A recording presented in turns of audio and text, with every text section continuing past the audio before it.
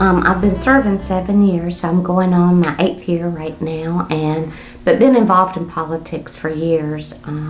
Had a cousin that was the governor, so I grew up always talking about politics, and he was the Democratic governor, and and the mayor in Anderson, one of them. And so anyway, my dad was a Democrat, my mother was a Republican, and so politics was always argued at my dinner table growing up. So probably when I got out of high school or college, really wasn't that interested in it. But then moved back to this area, got involved because a friend of mine actually ran for this seat, worked on his campaign, and from that started working on a lot of campaigns and getting involved.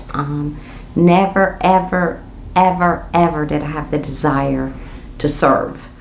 Don't like to speak publicly, so never even considered that this would be an option for me. So when Michael Thompson decided not to run, the party came to me and kept saying, we really want you to step up and fill this position. And I said nicely, like we do in the South, I'll pray about it, which means I'm not going to tell you no right now, but I'm going to tell you no in 3 weeks.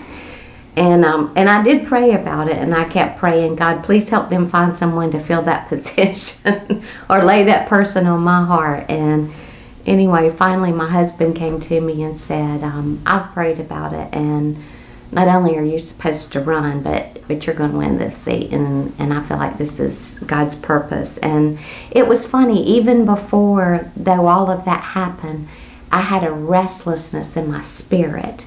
And I was praying for what God wanted me to do. I had no idea it was going to be something like this. I thought he was going to lead me to go work at AIM or do something like that. That's more, or go get a job at the church or something like that. That's more where I guess I was leaning. And I was totally caught off guard that this is what he had for me. So it's a great job most days. I love helping the people. I've met the most wonderful people ever. I send out birthday cards, and I have older people who sometimes that's the only birthday card they get, and they will actually call me and talk to me sometimes for an hour, and they just need someone to talk to. And so this isn't my seat, it's the people's seat, but a lot of times I do worry that if whoever comes in behind me, I hope that they're going to take care of those folks that need that person on the other end, because I think sometimes people forget that that's really the business that we're in, is taking care of our constituents. And sometimes it's the smallest of things like that. Talking to someone on the phone, we may not ever even talk about politics, but we talk about their family and we talk about what's important to them. The majority of the people down there are down there just like I am, and like the people I feel like my delegation, I feel like we're all down there for the right reasons. We're down there to make a difference and to serve our state and to work together for the betterment of our state. And that's what the majority of the people are down there for. You know, yes, there is that element.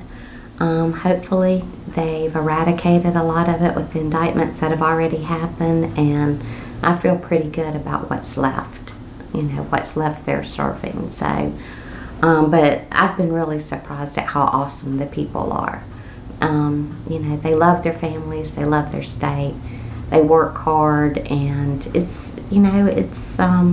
works better than people think it does. Well, I don't even think, not only do we just work well together, but we work well with the county. We work well with our federal legislators. We work with our senators and congressmen. We work well with the city, and so all the way around, and all the municipalities. So I think all the way around we have a really good communication and try and help one another. And I'm not sure that it's always been like that, but we are very close. It's funny, Senator Gambrell and I talk about this a lot, but there are delegations right now in the House, because in the House you can sit with your delegation. In the Senate it's by seniority, but in the House you actually choose, and normally delegations sit together, but there are delegations that dislike one another so much that they won't even sit together on the House floor. And we're not like that, you know. And do we agree on everything 100% lockstep? No. But I think that we work well enough together, and our bonds are strong enough that, you know, we respect one another, we treat each other with respect, and we listen to each other. Brian and Mike certainly have a lot more seniority than the rest of us. I think I'm third in seniority now, and I've only been there 7 years. But you know, even when I go to them, and they know more than I do, but they're always good to listen. They're always good to listen to my side, and you know, I mean, it just works. I mean, it's wonderful, you know, because Rusty can call us up and say, we're working on this, what can you do to help us? You know, where can we get, you know, grant money for different things? We can all work together as a team to help bring business to Anderson, and working together just works best, and we're very fortunate that we have that. Absolutely, in the last 7 years, and more coming. You know, even I have some really smaller municipalities.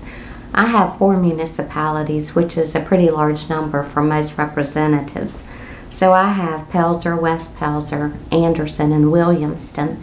And all through those areas, we're seeing a lot of exciting things.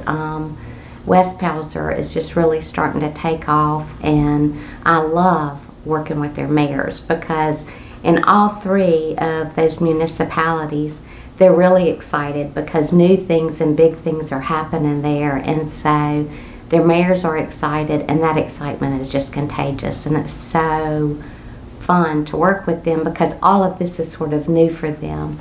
Unlike Anderson kind of has theirs, they have it down, you know, they've been doing it for a long time. Like to work with those folks as well, but it's just really exciting out there in those smaller communities, seeing things really starting to happen. We're working on a deal right now that could possibly bring 30 jobs to Pelzer, and Pelzer hasn't seen 30 jobs in 30 years, you know. Email. Or they can text me, but my email is Anne Thayer at schouse.gov, and it's ANNETHAYER at schouse.gov. And my cell phone number is 864-940-1696. You can text or you can call me.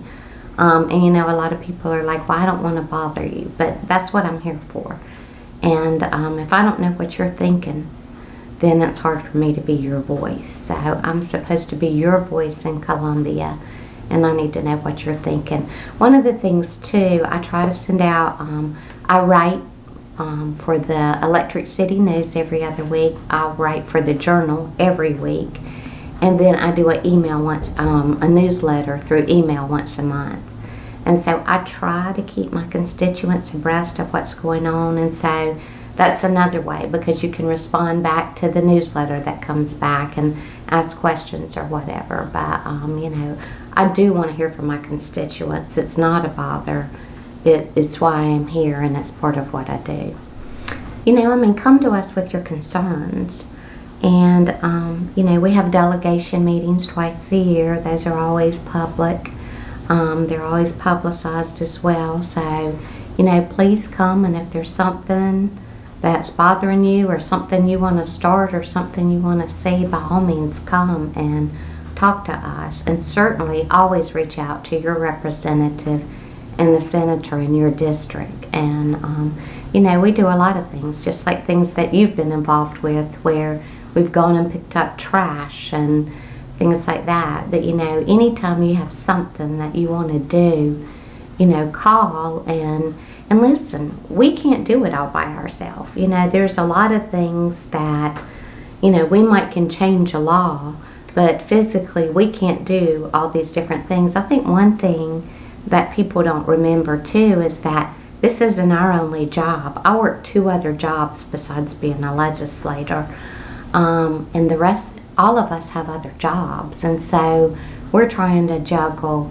jobs, family, and this job as well. And so it's not just going to Columbia from January to June and being there 6 months out of the year. When we're home, you know, you probably have 2 to 3 meetings a day while you're home, not to mention 25 emails to answer and probably 10 phone calls that you're going to have to take. So it's extremely, extremely hectic.